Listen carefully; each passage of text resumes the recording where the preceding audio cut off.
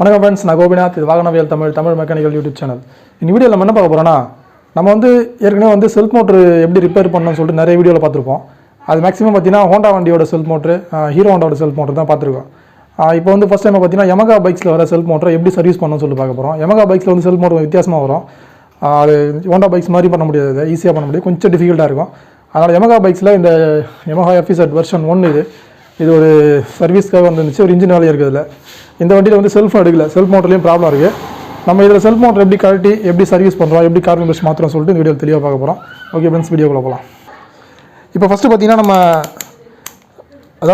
Self motor self போடும்போது tick டிக்னு sound தான் வந்தது, செல்ஃப் எடுக்கல. நம்ம மல்டிமீட்டர் வச்சு நம்ம ஏற்கனவே செல்ஃப் மோட்டர் கண்டினியூட்டி எப்படி செக் பண்ணணும்னு சொல்லிட்டு பார்த்துருப்போம். பஸர் சவுண்டில் வச்சுட்டு மல்டிமீட்டர் பஸரில் செட் பண்ணி வச்சுட்டு பாசிட்டிவ் செல்ஃப் மோட்டரோட பாசிட்டிவ்லையும் நெகட்டிவ் செல்ஃப் மோட்டரோட பாடியிலையும் வச்சோன்னா பீப் சவுண்டு வரணும். மல்டிமீட்டரில் பீப் சவுண்டு வந்துச்சுன்னா ஓகே, மோட்டர் நல்லா இருக்குன்னு அர்த்தம். ஆனால் இதில் பீப் சவுண்டு வரல, ஏதோ ஒரு வேல்யூ தான் மாற்றி வருது. இந்த மாதிரி வந்துச்சுன்னா செல்ஃப் மோட்டர் ப்ராப்ளம் இருக்குன்னு தான் அர்த்தம். நம்ம செல்ஃப் மோட்டர் கழட்டி சர்வீஸ் பண்ண போகிறோம். ஃபஸ்ட்டு செல்ஃப் மோட்டரோட மவுண்டிங் எதுன்னு பார்த்தீங்கன்னா, அந்த வண்டியில் இந்த அலங்கி போல்டு, இந்த 2 5mm அலங்கி கழட்டினோன்னா செல்ஃப் மோட்டர் மட்டும் தனியாக வந்துடும். அந்த அலங்கி நம்ம இப்போ கழட்டி எடுக்க போகிறோம். நம்ம அலங்கி போட்டு கழட்டிடுவோம்.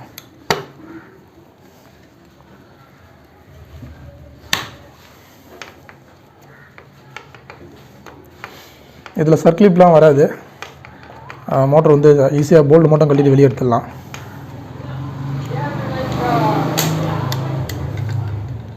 நம்ம இதை வண்டியில் வச்சு நான் ஸ்டார்ட் பண்ணி காட்ட முடியாது. நான் உங்களுக்கு தனியாக பேட்டரி வச்சு தான் அதை ஓடுதான்னு செக் பண்ணி காட்ட முடியும். ஏன்னா இன்ஜினை கழட்டி வச்சுருக்கதால வண்டியில் வச்சு ஸ்டார்ட் பண்ண முடியாது.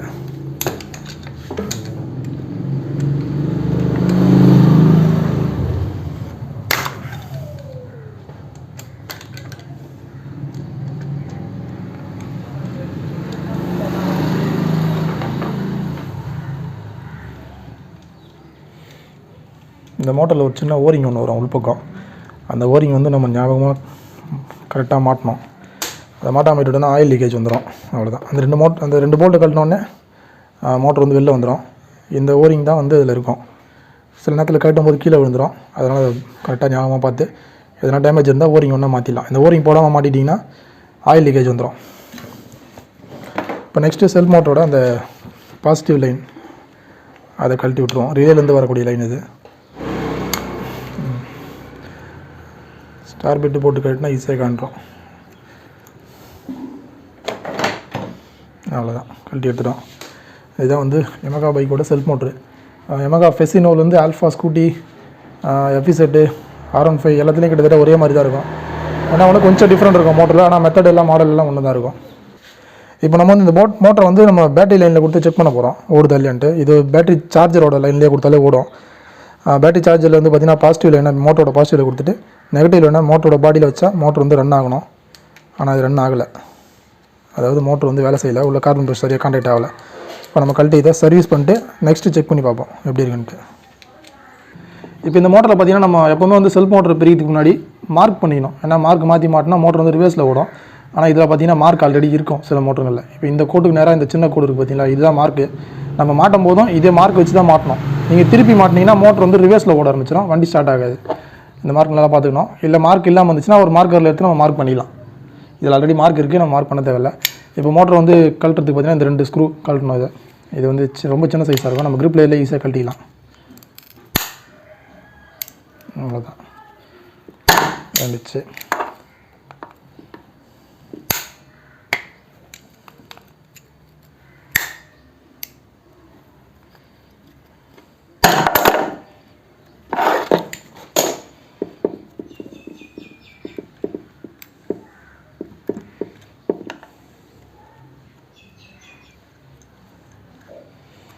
அவ்வளோதான், 2 ஸ்க்ரூவும் கழட்டி எடுத்துட்டோம்.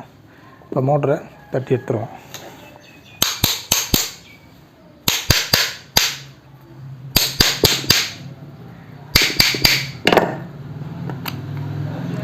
ஒரு சின்ன கேஸ் கட் மாதிரி ஒன்று இருக்கும். அதில் தண்ணி உள்ளே போகாமல் இருக்கிறதுக்காக அதை எடுத்துகிட்டு உள்ளே பார்த்தீங்கன்னா எவ்வளோ டஸ்ட் இருக்கும். இது எல்லாமே இந்த செல்ஃப் மோட்டரோட கார்பன் பிரஷ் தான். இது மாதிரி இருந்துச்சுன்னா உள்ளே கான்டாக்ட் ஆகாது, மோட்டர் ரன் ஆகாது. பார்த்தா தெரியும். இந்த கான்டாக்ட் பாயிண்ட் ஃபுல்லாகவே பார்த்தீங்கன்னா கருப்பாக அந்த கார்பன் படிஞ்சிருக்கு. இப்போ என்ன வேணால் மோட்டர் கான்டாக்ட் ஆகாது. இப்போ நம்ம இதுதான் கார்பன் ப்ரஷ்ஷு. கிட்டத்தட்ட தேஞ்சு போச்சு சுத்தமாக. ரெண்டுமே தேஞ்சு போச்சு. நம்ம பார்த்தோன்னா எல்லா செல்ஃப்மோட்டர்லையும் வர மாதிரி 2 ஸ்ப்ரிங்கு வரும். இந்த ஸ்ப்ரிங்கு தான், இது பத்திரமா எடுத்து வச்சிங்க. இப்போ நம்ம இந்த ஒரு ஸ்க்ரூவை கழட்டினா இந்த நெகட்டிவ் டெர்மினல் கார்பன் ப்ரஷ் வெளில வந்துடும். கேர்ஃபுல்லாக கரெக்டாக கேட்டுங்க, ஸ்லிப் ஆகக்கூடாது. சில நேரத்தில் அது உடச்சிக்கும், இதுவே உடையும் தான் நினைக்கிறேன்.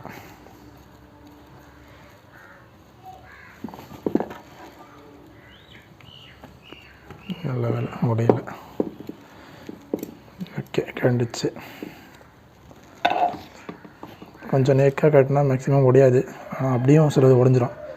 இந்த ஸ்க்ரூ கழட்டி எடுத்தோன்னா நமக்கு இந்த கார்பன் ப்ரஷ் வெளில வந்துடும்.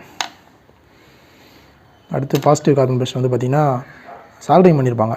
இது கூட அந்த சால்ட்ரிங் பண்ணதை நம்ம அழகாக வெளியே எடுக்கணும். கன்று நம்ம யார் கன்று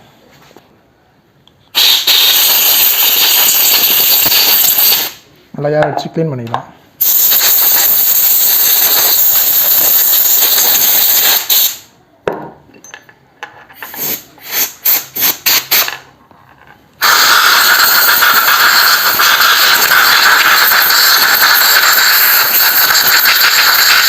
ஏர் அடிச்சு இதை க்ளீன் பண்ணி வச்சிட்டோம்.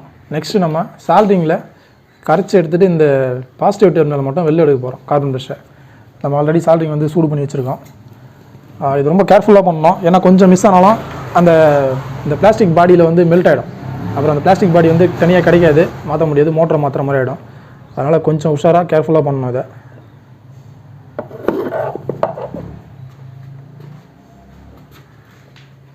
நம்ம ஏற்கனவே கூட இதை பற்றி ஒரு வீடியோ போட்டிருப்போம். அதிலே வந்து பார்த்திங்கன்னா சால்ட்ரிங் வந்து ஒயரோட ஒயராக ஜாயின் பண்ணி தான் நம்ம ரெடி பண்ணியிருக்கோம். இந்த பின்னை நம்ம கட் பண்ணி எடுக்கலை, பின்னை மெல்ட் பண்ணி எடுக்கலை.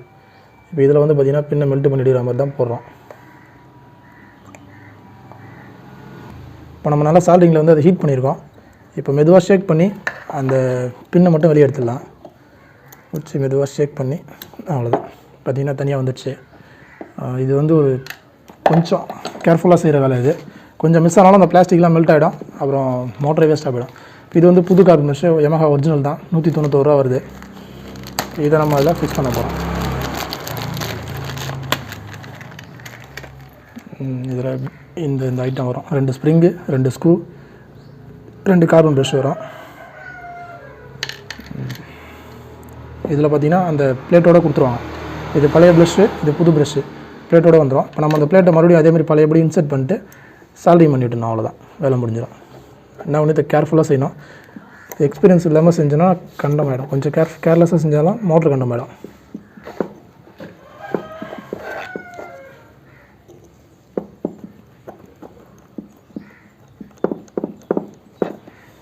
அவ்வளோதான், சீட்டிங் ஆகிடுச்சு. ஓகே, நெக்ஸ்ட்டு அது இன்னும் கொஞ்சம் நம்ம சால்ட்ரிங் ஏற்றி அதை ஸ்ட்ராங் பண்ணி விட்டுடணும். அந்த இடத்த நம்ம நல்லா சால்ட்ரிங் பண்ணி விட்டோம்னா அது கான்டாக்ட் பக்காவாக கிடைக்கும். அதில்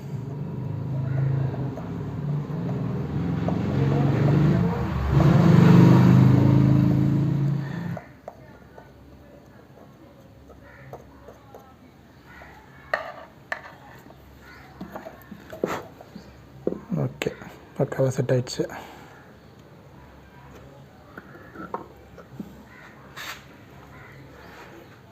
இப்போ நம்ம நெகட்டிவ் டெர்மினலை ஃபிக்ஸ் பண்ணுறோம். இப்போ நெக்ஸ்ட்டு நம்ம இந்த நெகட்டிவ் கார்பன் ப்ரஷ்ஷை ஸ்க்ரூ போட்டு அதில் ஃபிக்ஸ் பண்ணிவிடுவோம். நம்ம கரெக்டாக பார்த்தீங்களா ஸ்க்ரூ, அதை கூட ஃபிக்ஸ் பண்ணிவிடுவோம்.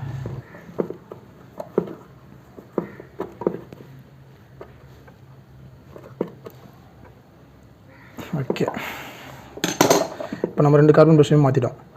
நெக்ஸ்ட்டு ஆர்மேச்சர் வந்து இந்த மேலே இருக்கிற கார்பன்லாம் க்ளீன் பண்ணிட்டு எமர் ஷீட் போட்டு க்ளீன் பண்ணிட்டு ஃபிக்ஸ் பண்ண ஆரம்பிச்சிடலாம். எமர் ஷீட் போட்டு இந்த மேலே இருக்க இந்த பிளாக்லாம் எடுத்துருவோம். ஏன்னா இது மாதிரி இருந்துச்சுன்னா சரியாக கான்டாக்ட் ஆகாது. நம்ம கார்பன் ப்ரஷ் மாற்றியே மோட்டர் வந்து சரியாக ரன் ஆகாது, ஸ்லோவாக ரன் ஆகும். சில நேரத்தில் டிக் டிக்கின்னு சவுண்ட் மட்டும் வரும், அதனால் அது சரியாக இருக்காது. இது நல்லா க்ளீனாக அந்த மாதிரி பல்சன் க்ளீன் பண்ணிடணும்.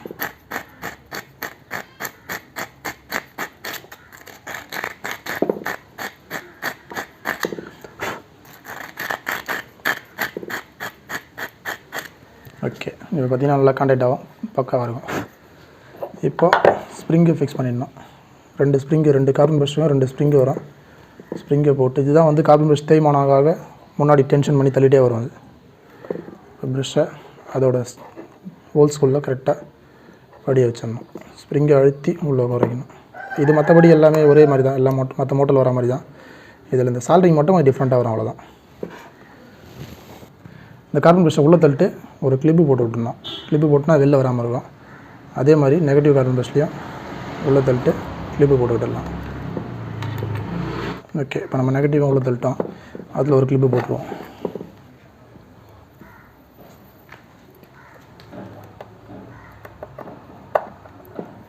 ஓகே, ரெண்டுத்தையும் கிளிப்பு போட்டாச்சு.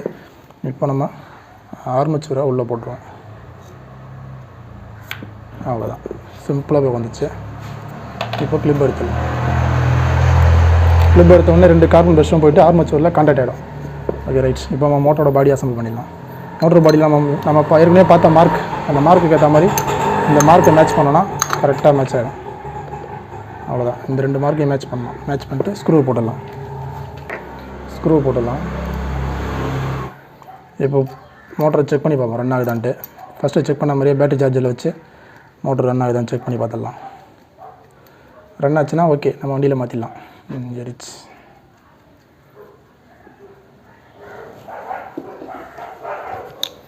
கட்டிங் பிளேயர்லேயே சும்மா டைட் பண்ணிடலாம்.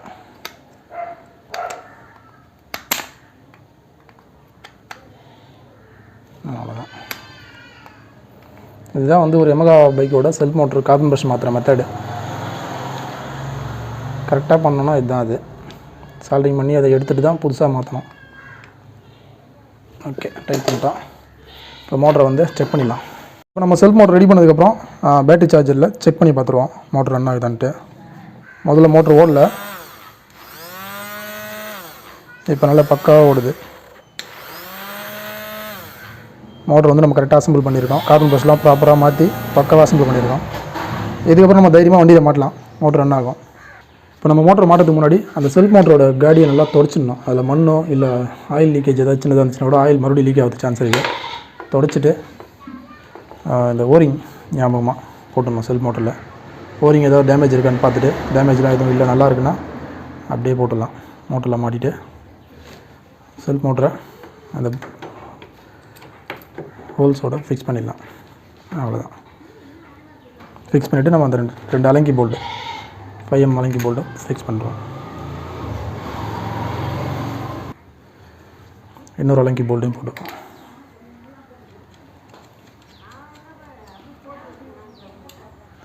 இது இன்னும் இன்ஜின் ஃபிக்ஸ் பண்ணல. ஃபிக்ஸ் பண்ணதுக்கப்புறம் நம்ம ஸ்டார்ட் பண்ணி பார்த்துருவோம். மோட்டர் கரெக்டாக தான் ரன் ஆகும். ஏன்னா நம்ம செக் பண்ணிட்டோம் ஆல்ரெடி, இதை பிரச்சனை இல்லை. அதனால்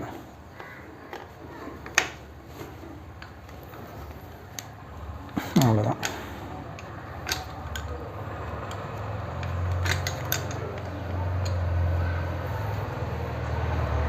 ஓகே, ஃபைனலாக செல்ஃப் மோட்டரோட அந்த பாசிட்டிவ் லைன், அந்த லைனை வந்து அந்த ஸ்க்ரூ போட்டு கரெக்டாக ஃபிக்ஸ் பண்ணிக்கலாம். அவ்வளோதான். செல்ஃப் மோட்டர் அந்த பாசிட்டிவ் லைனையும் கனெக்ஷன் கொடுத்துட்டோம். அந்த ரப்பர் இன்சுலேட்டர் ரப்பரும் போட்டுருவோம். அவ்வளோதான், வேலை முடிஞ்சிச்சு. இப்போ நம்ம செல்ஃப் மோட்டர் சர்வீஸ் பண்ணி முடிச்சு மாட்டிட்டோம். இதுக்கப்புறம் நம்ம இன்ஜின் அசம்பிள் பண்ணிட்டு வண்டியை ஸ்டார்ட் பண்ணிடலாம். ஓகே ஃப்ரெண்ட்ஸ், வீடியோ பார்த்துருப்பீங்க. ஒரு Yamaha பைக்கில் எப்படி செல்ஃப் மோட்டர் கார்பன் ப்ரஷ் மாற்றி செல்ஃப் மோட்டர் வந்து ரன் பண்ண வைக்கிறதுன்னு சொல்லிட்டு வீடியோவில் தெளிவாக பார்த்துருப்பீங்க. Yamaha பைக்கில் கொஞ்சம் டிஃப்ரெண்ட்டாக இருக்கும் மற்ற பைக்கெலாம் விட. ஹோண்டா பைக், ஹீரோ ஹோண்டா பைக்லாம் பார்த்தீங்கன்னா சால்ட்ரிங் பண்ணுற வேலை வராது. ஆனால் Yamaha பைக்கில் நம்ம சால்ட்ரிங் யூஸ் பண்ணுற மாதிரி இருக்கும். வீடியோ பிடிச்சிருந்தா லைக் பண்ணுங்கள். வீடியோ சந்தேகம் குறைகள் இந்த கமெண்ட்டில் சொல்லுங்கள். நம்ம சேனல் பிடிச்சா சப்ஸ்கிரைப் பண்ணுங்கள். நம்ம வீடியோ ஷேர் பண்ணுங்கள். Thank you friends.